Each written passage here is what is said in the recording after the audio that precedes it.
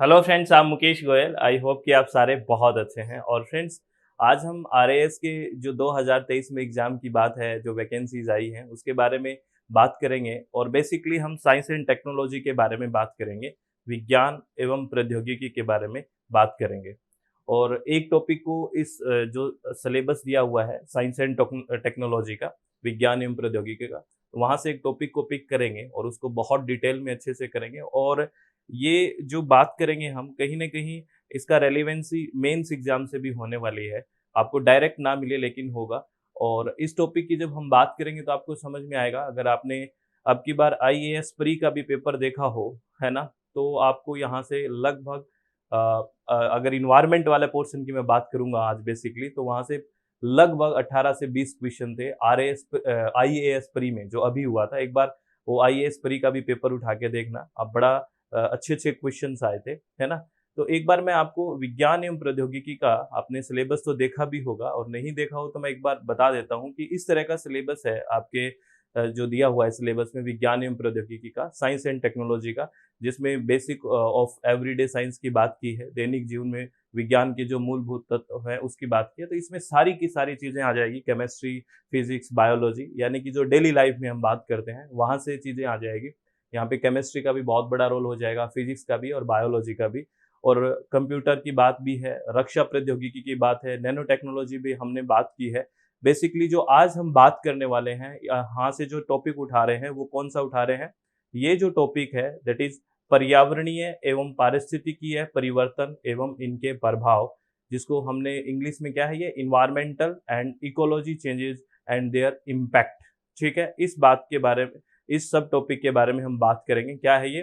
पर्यावरणीय एवं पारिस्थितिकी परिवर्तन एवं इनके प्रभाव, इसके बारे में बात करेंगे। और ये काफ़ी अच्छा टॉपिक है क्योंकि ये करंट से रिलेट भी करता है। क्योंकि यहाँ पे जहाँ पे क्लाइमेट चेंज की बात हो, ग्रीन हाउस गैसेज़ की बात हो, ग्लोबल वार्मिंग की बात हो, और कुछ एग्रीमेंट्स है जो इंटरनेशनल लेवल पे एग्रीमेंट्स हुए हैं, लाइक क्योटो प्रोटोकॉल है, पेरिस एग्रीमेंट है, इंटरनेशनल सोलर अलायंस है ना?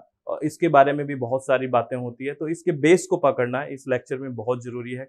बेसिकली हम सारी चीज़ कर लें और हमें ये नहीं पता कि एनवायरनमेंट क्या होता है, तो बड़ा कन्फ्यूजन सा क्रिएट हो जाता है। तो एक-एक बेस को पकड़ते हुए हम आगे बढ़ेंगे धीरे-धीरे, और इस पूरी यूनिट को धीरे-धीरे कवर करेंगे, ठीक है?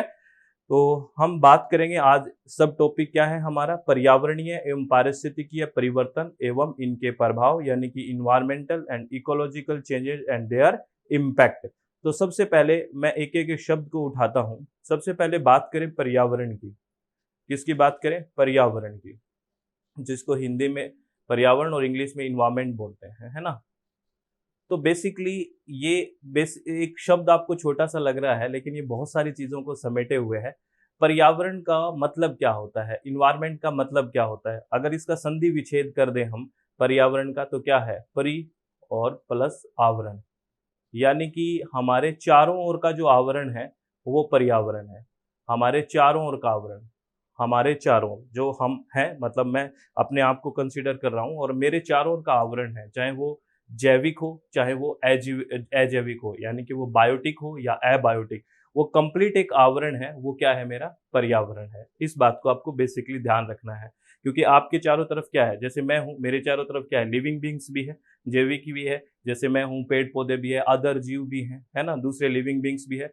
और क्या है? मेरे चारों तरफ गैसेज़ भी हैं, जो नॉन लिविंग हैं बेसिकली। तो मेरे चारों ओर का, चाहे वो जैविक हो या फिर अजैविक हो, वो पूरा जो आवरण है, वही मेरा क्या है? पर्यावरण है। इस बात को आपको ध्यान रखना है, याद रखोगे? और अगर थोड़ा-सा इसको आगे करें, तो पर्यावरण जो है, इसमें 4 घटक होते हैं। There are 4 components in environment. पर्यावरण में कितने घटक हैं? 4 घटक होते हैं। पर्यावरण के कितने घटक हैं? कितने कंपोनेंट्स हैं? 4 कंपोनेंट हैं। क्या-क्या? एक होता है एटमॉस्फेयर। क्या होता है? एटमॉस्फेयर, जिसको हम हिंदी में क्या बोलते हैं? वायुमंडल। क्या बोलते हैं? वायुमंडल, ठीक है? इसके बाद हम बात करें, एक है लिथोस्फेयर। क्या है? लिथोस्फेयर, जिसको हम बोलते हैं स्थल मंडल, ठीक है? एक है हाइड्रोस्फेयर, जिसको हम बोलते हैं जल मंडल। क्या बोलते हैं? जल मंडल। और एक है बायोस्फेयर, जिसको हम बोलते हैं जैव मंडल। क्या बोलते हैं, जैव मंडल। तो ये चारों के चारों क्या है, ये चारों के चारों घटक है किसके, हमारे इन्वायरमेंट के। देयर आर 4 कंपोनेंट्स, 4 घटक है किसी भी इन्वायरमेंट के। क्या क्या, atmosphere, lithosphere, hydrosphere and biosphere, वायुमंडल, स्थल मंडल, जल मंडल और जैव मंडल, ये है। और अगर हम बात करें एक एक कंपोनेंट के बारे में इसमें, है ना, एटमॉस्फेयर में क्या है, एटमॉस्फेयर क्या है बेसिकली, एटमॉस्फेयर है हमारे चारों ओर का जो एयर है ना, जो हम एयर से घिरे हुए हैं चारों तरफ से, है ना, जो अर्थ के चारों ओर जो एनवेलप बना हुआ है एयर का, जो वायु का जो आवरण है बेसिकली, वो क्या है, एटमॉस्फेयर। तो यहाँ पे तो क्या आ गया, एयर की बात होगी, किसकी, एयर की। और एयर क्या होती है, एक तरह से अगर वायुमंडल में एयर की बात करें तो एयर क्या है, मिक्सचर ऑफ गैसेज है। यहाँ पे बहुत सारी गैसेज है, यानी कि ये मिक्सचर ऑफ गैसेज है। यहाँ पे बहुत गैसेज का क्या है, मिश्रण है। तो मिक्सचर ऑफ गैसेज है ये एयर, किसके इसको क्या बोलेंगे हम, एटमॉस्फेयर। आपको पता है, अगर मैं बात करूं यहाँ पे सबसे ज्यादा, लगभग, मैं लगभग की बात कर रहा हूँ, 78% नाइट्रोजन है, आपको पता है, लगभग 78% नाइट्रोजन है। लगभग 21% क्या है, लगभग ऑक्सीजन है। और अगर मैं बात करूं लगभग 0.93% आर्गन है। और अगर मैं बात करूं लगभग 0.04% क्या है, कार्बन डाइऑक्साइड है। और भी बहुत सारी गैसेस है, लेकिन अगर मैं बात करूं मैक्सिमम की बात करूं तो ये है 78% लगभग नाइट्रोजन है। हमारे एटमॉस्फेयर में सबसे ज्यादा पाई जाने वाली गैस है नाइट्रोजन है। उसके बाद लगभग 21% क्या है, ऑक्सीजन है, 0.93% आर्गन है और 0.04% कार्बन है। अगर हम मिक्सचर की बात करें, ये वाली गैसेज हैं जो ज्यादातर है। अब एक बात देखो, प्रकृति कितनी अच्छी है, आप इस बात को समझना। अगर हम इस सिस्टम को बिगाड़ते हैं तभी दिक्कत होती है। ऑक्सीजन कितना है, लगभग आप ये मानो ऑक्सीजन से नाइट्रोजन लगभग 4 गुना है। अगर आप देखो थोड़ा सा प्रोक्सी, 21% है, वो 78 है, लगभग 4 गुना है। ऐसा क्यों है, ऐसा क्यों है, प्रकृति ने ऐसा क्यों किया है। बेसिकली ये बड़ा अच्छा कंसेप्ट है। आपको पता है आग जो लगती है वो किसकी प्रेजेंस में लगती है, ऑक्सीजन के प्रेजेंस में लगती है। देखो ऑक्सीजन यहाँ भी है, ऑक्सीजन यहाँ भी है, ऑक्सीजन है, एटमॉस्फेयर में ऑक्सीजन है ना, तभी हम सांस ले रहे हैं, सर्वाइव कर पा रहे हैं। और ऑक्सीजन की प्रेजेंस में आपको पता है आग लगती है। अगर मैंने यहाँ तिल्ली जलाई तो यहाँ पे भी, यहाँ पे भी, यहाँ पे भी सब जगह आग लग जानी चाहिए, है ना। ऐसा नहीं होता, क्यों नहीं होता, क्योंकि एक जगाने वाली है, एक जलाने वाली है, तो उसके पीछे 4 बुझाने वाली है। बेसिकली जो नाइट्रोजन है वो जलने नहीं देता, तो एक कहती है मैं जलाऊंगी, तो 4 उसके पीछे के जला के दिखा। तो कितना अच्छा प्रकृति का है वो, ये देखो। और दूसरा, आपने जो चिप्स के पैकेट्स खरीदते हैं, चिप्स लेके आते हो आप, पैकेट्स खरीदते हो चिप्स के, उसमें बोलते हो कि यार ये इसमें तो है ना, ये सब पता नहीं हवा बेचते हैं, गैसेस बेचते हैं। बेसिकली उसमें नाइट्रोजन होता है। अगर आप वो चिप्स के पैकेट से वो गैस निकाल दोगे, है ना, और तो आपको देखोगा कि वो चिप्स है ना रेड कलर की, लाल लाल कलर की हो जाती है। तो हम ये भी कह सकते हैं कि जो नाइट्रोजन है वो फूड के प्रिजर्वेशन के लिए, फूड के वो सही रखने के लिए भी यूज होती है। फूड प्रिजर्वेशन की कौन सी गैस है वो यूज होती है, तो आपसे पूछा जा सकता है ये भी, तो नाइट्रोजन होती है। तो बेसिकली अगर हम बात करें एटमॉस्फेयर में, तो एटमॉस्फेयर में क्या है, एनवेलप ऑफ एयर है, और एयर क्या है, वायु क्या है, मिक्सचर ऑफ गैसेज है ना, मिक्सचर ऑफ गैसेज। और ये परसेंटेज है इसका, तो ये आपको थोड़ा ध्यान रखना है, ठीक है, ये ध्यान रखोगे। चलो बहुत बढ़िया। अगर मैं आगे बात करूं फ्रेंड्स, थोड़ा सा पोल्यूशन एक शब्द होता है, यहाँ पे धीरे धीरे चलते हैं। इसमें आपको पता है एटमॉस्फेयर एयर का हो गया, लिथोस्फेयर क्या है, स्थल का, सोइल वगैरह की जो हम बात करें उसके बारे में ये हो गया। अच्छा, आप ये रिन्यूएबल और नॉन रिन्यूएबल रिसोर्स होते हैं, नवीकरणीय और गैर नवीकरणीय ऊर्जा के स्रोत। तो सोइल क्या है, नवीकरणीय है या गैर नवीकरणीय है, रिन्यूएबल है या नॉन रिन्यूएबल। तो याद रखना है सोइल है वो नॉन रिन्यूएबल है, क्योंकि जो फर्टाइल जो सोइल है, बेसिकली सोइल अगर शब्द पूछे तो आपको पता है सोइल की एक लेयर बनने में सैकड़ों वर्ष लगते हैं। हाइड्रोस्फीयर का मतलब क्या है, आपके चारों तरफ पानी है, और पानी आपको पता है हर एक फॉर्म में है, वेपर फॉर्म में भी है, यानी कि वाष्प में भी है, सॉलिड फॉर्म में भी है, लिक्विड फॉर्म में भी है ना। तो ये है हाइड्रोस्फीयर। और बेसिकली बायोस्फीयर में जो आपके चारों तरफ लिविंग बींग्स हैं, है ना, वो हो गया बायोस्फीयर, जैवमंडल हो गया, ठीक है, ये आपको ध्यान रखना है। चलो आगे हम बात करते हैं फ्रेंड्स। जैसे एक शब्द आपने सुना होगा, बेसिक सी बात करेंगे आज इन्वायरमेंट के बारे में, बहुत बेसिक बेसिक, फिर आपको धीरे धीरे इसको हम बहुत टफ बनाते हुए चीजों को करेंगे। टफ बनाने का मतलब जो कठिन शब्द हैं उसके बारे में भी बात करेंगे।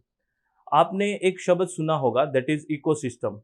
एक शब्द सुना होगा इकोसिस्टम, जिसको हिंदी में बोलते हैं पारिस्थितिकी तंत्र। क्या बोलते हैं, पारिस्थितिकी तंत्र, सुना है आपने। और एक शब्द होता है दैट इज इकोलॉजी। क्या होता है? इकोलॉजी, जिसको बोलते हैं पारिस्थितिकी। क्या बोलते हैं? पारिस्थितिकी। ये दो शब्द हैं। आपसे यहाँ से प्री में भी क्वेश्चन पूछा जा सकता है, और अगर मेंस में डायरेक्ट इस टॉपिक को इंट्रोड्यूस नहीं किया गया है तो कहीं ना कहीं चीज़ों को जोड़ के जरूर पूछा जा सकता है। ये कंसेप्ट हमें बहुत अच्छे से पता होना चाहिए। बेसिकली इकोसिस्टम जो शब्द है, ये जो शब्द देख रहे हो इकोसिस्टम, ये शब्द किसने दिया था? एजी टेंसले ने दिया था। याद रखना है, ये शब्द दिया था एजी टेंसले ने। ठीक है। और अगर बात करें इकोलॉजी, ये इकोलॉजी नाम दिया था अर्नेस्ट हैकल जी ने। किसने दिया था? अर्नेस्ट हैकल। ये आपको नाम याद रखना है, मे भी आपसे पूछ ले, प्री के एग्जाम में पूछा जा सकता है कि पारिस्थितिकी तंत्र या इकोसिस्टम नाम किसने दिया? एजी टेंसले ने। एक ही सिस्टम है ना, इसको तो टेंशन ना लो, बिगाड़ देंगे एजी। एजी टेंसले ने दिया पारिस्थितिकी तंत्र, इकोसिस्टम नाम, और इकोलॉजी नाम दिया किसने? अर्नेस्ट हैकल ने। अब इनमें डिफरेंस क्या है बेसिकली, इस बात को समझिए। देखो, जहां पे लॉजी शब्द लग जाता है, आपको पता है लॉजी शब्द का मतलब होता है स्टडी। क्या मतलब होता है? स्टडी। स्टडी मतलब अध्ययन। ये तो जहां पे भी लॉजी शब्द, जैसे थर्मो जहां पे शब्द लग गया वो टेम्परेचर होता है, हाइड्रो जहां शब्द लग गया वो वाटर होता है, आपको पता ही है। जहां पे लॉजी शब्द लग गया इट मीन्स एक स्टडी की बात हो रही है। तो हम ये कह सकते हैं, अगर सिंपल बात भाषा में बात करें, कि पारिस्थितिकी तंत्र के अध्ययन को पारिस्थितिकी कहते हैं, यानी कि the study of ecosystem is called ecology. मेरी बात समझे? इकोसिस्टम के अध्ययन को इकोलॉजी कहते हैं, या यूं कह दे को द पारिस्थितिकी जो तंत्र है उसके अध्ययन को पारिस्थितिकी कहते हैं। यानी कि ये ऊपर वाले की अगर स्टडी करते हो तो वो क्या है? इकोलॉजी है। तो अब आपको समझ में आया कि इकोसिस्टम क्या होता है। आपको पता है इकोसिस्टम का मतलब पारिस्थितिकी तंत्र। जैसे कोई भी है, एक पानी की बूंद है, उसमें भी एक इकोसिस्टम चलता है। ठीक है। पारिस्थितिकी तंत्र कैसे? मान लो उसमें क्या होता है? इंटरेक्शन होना, सेल्फ रेगुलेशन, चीजें आ रही है जा रही है, ये सेल्फ रेगुलेशन चलता रहता है ना। जैसे फिजिकल ज्योग्राफी की मैं बात करूं, यहाँ से थोड़ी सी भौतिक विज्ञान की मैं बात करूंगा, तो 4 तरह के सिस्टम होते हैं, अगर आपने सुना है तो। एक होता है ओपन सिस्टम। ओपन सिस्टम, जिसको हिंदी में बोलते हैं खुला प्रक्रम। यहाँ पे भी आपको याद रखना है, ये भी आपसे पूछा जा सकता है। Open system. एक होता है क्लोज सिस्टम। ओपन सिस्टम होता है, एक होता है क्लोज सिस्टम, और एक होता है आइसोलेटेड सिस्टम। इनको आप ध्यान रखें। ओपन सिस्टम, क्लोज मतलब बंद प्रक्रम, और आइसोलेटेड या जिसको हम रुदोषम भी बोलते हैं, रुदोषम प्रक्रम। ये बेसिकली क्या होता है, ये आपको फिजिक्स में भी काम आएगा, फिजिकल ज्योग्राफी में भी काम आएगा, और यहाँ भी काम आ रहा है। ओपन सिस्टम किसमें कहेंगे? नाम से ही पता चल रहा है, ओपन सिस्टम यानी कि खुला प्रक्रम ऐसा सिस्टम होगा जिसमें क्या होगा? हीट एनर्जी और मैटर दोनों का ट्रांसफर हो।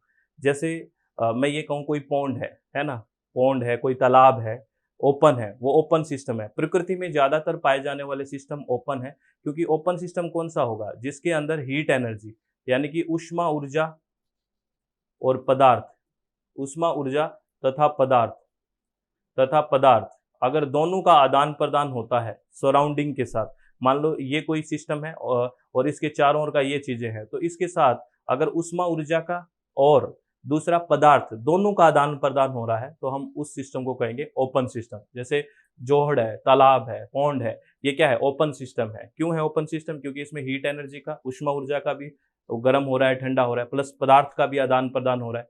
अगर दोनों चीजों का आदान प्रदान हो रहा है तो वो क्या होगा? ओपन सिस्टम होगा। क्या होगा? ओपन होगा। और क्लोज कौन सा होगा? क्लोज में याद रखना, क्लोज की डेफिनेशन पूछी जा सकती है बंद प्रक्रम की। ये कई बार हमसे उल्टा हो जाता है ना, एग्जाम तक पता नहीं क्यों। क्लोज सिस्टम ऐसा सिस्टम होता है जिसके अंदर, देखो है दोनों के ट्रांसफर की बात, उष्मा ऊर्जा की और पदार्थ की, लेकिन क्लोज में क्या होगा? उष्मा ऊर्जा का आदान प्रदान तो होता है, हीट एनर्जी का आदान प्रदान तो होता है, लेकिन पदार्थ का आदान प्रदान नहीं होता। जैसे एग्जाम्पल, कोई भी बोतल है किसी भी चीज की, और ये बोतल आपने किसी भी चीज की भरी हुई है और ढक्कन बंद है, ठीक है ना, और इसको आपने फ्रिज में रख दिया, तो आपने देखा होगा जो पानी, जो चीजें है उसमें वो तो उतनी रहेगी, पदार्थ तो उतना ही रहेगा, लेकिन उसमें उष्मा ऊर्जा यानी कि ठंडी हो जाएगी, तो हीट एनर्जी का कहीं ना कहीं इशू आएगा। अरे आएगा कि नहीं आएगा? यानी कि वो ठंडी हो रही है, हीट एनर्जी का तो आदान प्रदान हो रहा है, लेकिन पदार्थ का आदान प्रदान नहीं हो रहा। तो ऐसा कोई भी सिस्टम जहां पे हीट एनर्जी, उष्मा ऊर्जा का तो आदान प्रदान हो रहा है, हीट एनर्जी का तो आदान प्रदान हो रहा है, लेकिन मैटर यानी कि पदार्थ का आदान प्रदान नहीं हो रहा है, उसको हम क्या कहेंगे, उसको हम कहेंगे क्लोज। जहाँ पे मैटर यानी कि पदार्थ का आदान प्रदान नहीं हो रहा है, वो कैसा हो गया, क्लोज हो गया। इस बात को ध्यान रखना है। और अगर मैं बात करूं एक तीसरा, आइसोलेटेड। क्या था, आइसोलेटेड। ये नाम से ही दिख रहा है, रुद्धोष्म है। तो इसमें दोनों चीजों का ही आदान प्रदान नहीं होता। ना तो इसमें हीट एनर्जी का आदान प्रदान होता है, ना तो इसमें ऊष्मा ऊर्जा का आदान प्रदान होता है, और ना ही मैटर यानी कि पदार्थ का आदान प्रदान होता है। दोनों चीजों का ही आदान प्रदान नहीं होता। इस प्रक्रम को कहते हैं हम आइसोलेटेड। क्या कहते हैं, आइसोलेटेड, यानी कि एकदम अलगाव है इसमें, इसमें किसी तरह का आदान प्रदान नहीं होता। इसका सबसे अच्छा एग्जाम्पल अगर मैं बात करूं तो इसका सबसे अच्छा एग्जाम्पल है थर्मस। क्या है, इसका सबसे अच्छा एग्जाम्पल हो गया थर्मस। याद रखना है, इसमें दोनों चीजों का आदान प्रदान नहीं होता है बेसिकली। वैसे कोई आइडल तो चीज होती नहीं है, लेकिन बेसिकली हम कह सकते हैं कि दोनों चीजों का आदान प्रदान नहीं होता है। इस बात को आपको ध्यान रखनी है। चलो, अब मैं बेसिकली एक सिंपल सा टॉपिक है पॉल्यूशन, है, नाम से बड़ा सिंपल लगता है। और यहाँ से यूजीसी ने एक बार सॉरी अपने यूजीसी में पढ़ाता हूँ, आपको पता होगा, है ना। अपना एक दूसरा चैनल है जिसका नाम है SWMG, success with Mukesh Goyal, जहाँ पे हम यूजीसी को भी पढ़ाते हैं, है ना। आप वहाँ पे विजिट कर सकते हैं। तो बेसिकली मैं यहाँ पे आरएएस के मेंस में भी एक कार्बन मोनोऑक्साइड से क्वेश्चन पूछा गया था हीमोग्लोबिन से रिलेट करके। आप देखना वो क्वेश्चन, और आपको याद आएगा अगर आपने मेंस का पेपर देखा है तो। मैंने भी मेंस दिए हैं 2-3 बार, तो आपको भी पता लगेगा वहाँ पे। बेसिकली मैं एक टॉपिक से जोड़ूंगा उसको। हम बात करते हैं पॉल्यूशन के बारे में। पॉल्यूशन यानी कि प्रदूषण। अगर आपको सिंपल भाषा में ये पूछ ले कि पॉल्यूशन होता क्या है, प्रदूषण होता क्या है, तो आप क्या बताओगे। पॉल्यूशन यानी कि प्रदूषण होता क्या है, तो हम क्या बताएंगे, पॉल्यूशन क्या चीज होती है।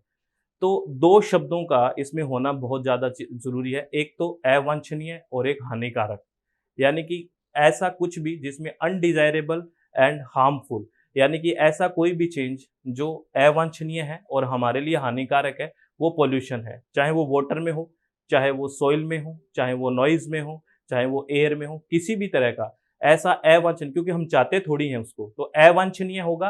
दो शब्द, जब भी आप डेफिनेशन लिखो तो दो शब्दों को लिखना बहुत ज्यादा जरूरी है। क्या क्या, एक शब्द तो क्या लिखोगे उसमें, अनडिजायरेबल अगर इंग्लिश में लिखोगे, हिंदी में लिखोगे तो अवांछनीय, और हार्मफुल यानी कि हानिकारक। इन दोनों शब्दों को डेफिनेशन में इंक्लूड करना है।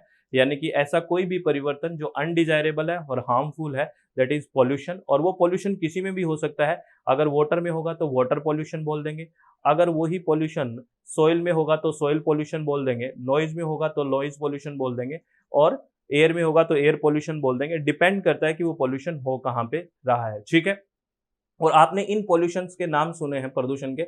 और बहुत सारे पॉल्यूशन होते हैं, जैसे रेडियो एक्टिव पॉल्यूशन भी होता है, विकिरणीय प्रदूषण भी होता है, अगर आपको याद है तो। जैसे आप कभी हॉस्पिटल्स वगैरह में जाओ तो आपने देखा होगा ना कि एक्सरे के पास प्रेग्नेंट माताएं ना आए, क्योंकि वहां पे आपको पता है उसकी वजह से भी क्या होता है, पॉल्यूशन होता है, और वो कहीं ना कहीं इफेक्ट करता है। और अगर आपने देखा होगा कई बार जैसे ये न्यूक्लियर डिजास्टर्स हुए हैं तो वहां विकिरणें निकलती है, तो ये खतरनाक है। लाइट भी एक पॉल्यूशन होता है, प्रकाश भी एक प्रदूषण होता है, क्योंकि आपको पता है अगर प्राइवेट प्रॉपर्टी में प्रकाश डालेंगे, या फिर आपने देखा होगा मैच वगैरह होता है तो बहुत ज्यादा इफेक्ट करता है, वो बहुत ज्यादा तेज लाइटिंग होती है, तो ये भी एक प्रदूषण है। थर्मल यानी कि उष्मीय यानी तापीय भी एक प्रदूषण होता है। तो इन प्रदूषण के बारे में भी हम बात करेंगे। बेसिकली मैं जो हम कार्बन मोनोऑक्साइड की बात कर रहे थे, कहाँ से कनेक्ट हुआ है वो क्वेश्चन, वो बात करूंगा, जो आरएएस मेंस में एक बार 2 नंबर का क्वेश्चन पूछा गया था। पॉल्यूशन किसकी वजह से होता है, जिसकी वजह से पॉल्यूशन होता है उसको बोलते हैं पॉल्यूटेंट्स। क्या बोलते हैं, पॉल्यूटेंट्स, यानी कि प्रदूषक। जैसे कोई लड़ाई करवाने होते हैं तो कहते हैं ना लड़ाई हो रहा है, लड़ाई करवाता है, वैसे ही जिसकी वजह से पॉल्यूशन होता है उनको बोलते हैं हम पॉल्यूटेंट्स। क्या बोलते हैं, प्रदूषक बोलते हैं। तो ऐसे पदार्थ जिनकी वजह से पॉल्यूशन हो उसको हम प्रदूषक या पॉल्यूटेंट्स बोलते हैं। अब यहाँ पे आ जाइए आप, पॉल्यूटेंट्स दो तरह के होते हैं। पॉल्यूटेंट्स कितने तरह के होते हैं, दो तरह के होते हैं। एक तो होते हैं प्राथमिक पॉल्यूटेंट्स, ये भी आपसे क्वेश्चन पूछा जा सकता है। एक होते हैं प्राथमिक प्रदूषक और एक होते हैं द्वितीयक प्रदूषक। Primary pollutants and secondary pollutants. क्या क्या होते हैं, प्राइमरी पोल्यूटेंट्स पीपी, और सेकेंडरी पोल्यूटेंट यानी कि द्वितीयक प्रदूषक, ठीक है। प्राइमरी, इनमें डिफरेंस क्या होता है इस बात को समझिए, थोड़ा सा दोनों को समझ लोगे, कंपेयर कर लोगे, तभी ज्यादा अच्छे से समझ में आएगा। प्राइमरी पोल्यूटेंट्स यानी कि प्राथमिक प्रदूषक वो प्रदूषक होते हैं जो प्रत्यक्षतः किसी स्रोत से निकलते हैं, डायरेक्टली किसी सोर्स से निकलते हैं। कैसे? इन दोनों को पढ़ लेंगे तब अच्छे से समझ में आएगा। जैसे मान लो ये कोई आपने गाड़ी ली है ना? ये आपने कोई गाड़ी ले रखी है और गाड़ी है, आपने इसमें कोई फ्यूल जला रहे हो, पेट्रोल, डीजल कुछ जला रहे हो, तो इससे क्या होगा? कुछ न कुछ पोल्यूटेंट्स निकलेंगे, ठीक है ना? जैसे कार्बन मोनोऑक्साइड निकला, है ना? सोक्स निकला, नॉक्स निकला, छोटे-छोटे कणीय पदार्थ निकले, बहुत सारे पोल्यूटेंट्स निकलेंगे। तो ये जो डायरेक्टली ये सोर्स से निकल रहे हैं, कुछ जला रहे हो डायरेक्टली निकल रहे हैं। जैसे थर्मल पावर प्लांट है, वहाँ पे भारत में ज़्यादातर आपको पता है coal based thermal power plant है। कोयले से हम इलेक्ट्रिसिटी प्रोड्यूस करते हैं, तो कोयला जलेगा तो क्या होगा? तरह-तरह के पोल्यूटेंट्स निकलेंगे। तो डायरेक्टली किसी सोर्स से निकल रहे हैं, उनको हम बोलते हैं प्राथमिक प्रदूषक। आपको पता है भारत में 4 तरह का बेसिकली कोयला 4 तरह का पाया जाता है, एंथ्रेसाइट, बिटुमिनस, लिग्नाइट और पीट। एंथ्रेसाइट सबसे अच्छा कोयला होता है, लेकिन भारत में ज़्यादातर बिटुमिनस है और बिटुमिनस में सल्फर बहुत है, तो सल्फर डाइऑक्साइड, सॉक्स वगैरह निकलेगा। तो प्राथमिक प्रदूषक उन प्रदूषकों को बोलते हैं जो प्रत्यक्ष से किसी स्रोत से निकलते हैं। इसका मतलब क्या है मैं आपको अभी समझाऊंगा, क्योंकि सेकेंडरी पढ़ोगे तब। सेकेंडरी पोल्यूटेंट्स ऐसे प्रदूषक या ऐसे पोल्यूटेंट्स जो डायरेक्टली किसी सोर्स से नहीं निकलते, प्रत्यक्ष से किसी स्रोत से नहीं निकलते, बट अभिक्रिया करके बनाते हैं। जैसे कैसे? एग्जाम्पल समझिए, ये नॉक्स है, ये प्राइमरी पोल्यूटेंट है। मैं x की जगह 2 लगा देता हूँ, मान लेते हैं NO2 निकला, NO2 प्राइमरी है, मैंने x की जगह 2 लगाया है, ठीक है? तो ये प्राइमरी है। अब इसके ऊपर सन की एनर्जी पड़ी, सूर्य की किरणें पड़ी, और आपको पता है अगर किसी का बॉन्ड तोड़ना है तो आग लगा दो। वैसे ही नाइट्रोजन और ऑक्सीजन का बॉन्ड है, इस पे ऊर्जा पड़ी तो बॉन्ड टूट गया और ये क्या बन गया? NO+O बन गया, ठीक है? अब आपको पता है ये ऑक्सीजन, एक एटम अकेला घूम रहा है। जब अकेला घूमता है तो कंधे देने वाले बहुत हैं, तो ये ऑक्सीजन घूम रही थी, बोला अकेला इधर आ जा। इसने क्या बना लिया? ये ओजोन बना लिया। और ये ओजोन है ट्रोपोस्फेरिक ओजोन, जो ओजोन क्षोभ मंडल में है। ये कौन सी ओजोन है? ये रिएक्शन हो रही है क्षोभ मंडल में। आपको पता है एटमॉस्फेयर की जब हम बात करते हैं तो 5 लेयर होती है, ट्रोपोस्फेयर, स्ट्रेटोस्फेयर, मेजोस्फेयर, थर्मो या आयनोस्फेयर और एक्सोस्फेयर। क्या क्या होती है? क्षोभ मंडल, समताप मंडल, मध्य मंडल, आयन मंडल और बहिर्मंडल, ये होती है। तो ये ओजोन वो है जो हमारे लिए अच्छी ओजोन नहीं है, बैड ओजोन है, ट्रोपोस्फेरिक ओजोन है ये क्षोभ मंडल। अब इस बात को देखिए, अब मैं ये कहूंगा कि जो ट्रोपोस्फेयर में ओजोन है ये द्वितीयक प्रदूषक है। अब इसका डिफरेंस देखो, प्राइमरी पोल्यूटेंट तो डायरेक्टली निकल रहे थे, सेकेंडरी पोल्यूटेंट डायरेक्टली नहीं करके रिएक्शन करके बनाते हैं। तो आप मुझे बताओ ये ओजोन डायरेक्टली निकला था क्या? डायरेक्टली तो नहीं निकला। डायरेक्टली तो NO2 निकला, वो टूटा, फिर रिएक्शन करी, फिर बना। तो इस तरह से जो पोल्यूटेंट रिएक्शन करके बनता है उसको हम सेकेंडरी या द्वितीयक प्रदूषक बोलते हैं। आई बात समझ में कि सेकेंडरी पोल्यूटेंट क्या होता है? सेकेंडरी पोल्यूटेंट होता है रिएक्शन करके बनता है, तो ये सेकेंडरी पोल्यूटेंट है। तो और याद रखना ओजोन दो जगह पाई जाती है, एक तो क्षोभ मंडल में पाई जाती है जो हमारे लिए बहुत हानिकारक है, और एक ओजोन पाई जाती है समताप मंडल में, स्ट्रेटोस्फेयर में, जो हमारे लिए अच्छी है, गुड ओजोन है। क्यों है? क्योंकि वो सूर्य से आने वाली यूवी रेज, पराबैंगनी किरणों को रोकती है, जिससे हमें स्किन कैंसर जैसी बीमारियां नहीं होती है। तो ये थोड़ा चीजें आगे हम डिस्कस करते रहेंगे, ये बात आपको ध्यान रखनी है। तो अब मैं कार्बन मोनोऑक्साइड से की बात करता हूं। यहाँ से क्वेश्चन पूछा गया था, 2 नंबर का क्वेश्चन था, मेंस में क्वेश्चन पूछा गया था कि ये पूछा गया था कि कार्बन मोनोऑक्साइड है वो क्यों इतना हार्मफुल है या क्या करता है ये, कार्बोक्सी हीमोग्लोबिन की बात की थी। तो इस बात को हम समझते हैं, आपको बहुत ही बेसिक सा कंसेप्ट है ये समझना। आप जब भी ब्लड चेक करवाने जाते हैं, खून चेक करवाते हैं, तो आप क्या कहते हैं? कोई कहता है मेरे में 12 ग्राम है, कोई कहता है मेरे में 14 ग्राम है, कोई कहता है 15 ग्राम है ना? थोड़ा जो मेल होते हैं उसमें थोड़ा ज़्यादा होता है बजाय फीमेल के। वो क्या है? वो बेसिकली एचबी की बात कर रहा होता है। किसकी बात कर रहा होता है? हीमोग्लोबिन की बात कर रहा है। किसकी बात कर रहा है वो? हीमोग्लोबिन की। हीमोग्लोबिन की बात कर रहा होता है वो, ये याद रखना है। किसकी बात कर रहा है? हीमोग्लोबिन की बात कर रहा है वो। तो हीमोग्लोबिन क्यों इतनी बात कर रहे हैं? भी हीमोग्लोबिन ऐसा क्या करता है? जब भी आप खून चेक कराना जाते हो ना, तो ये जो 12-14 ग्राम ये बताते हो, ये हीमोग्लोबिन बताते हो। तो हीमोग्लोबिन क्यों इतना इंपॉर्टेंट है?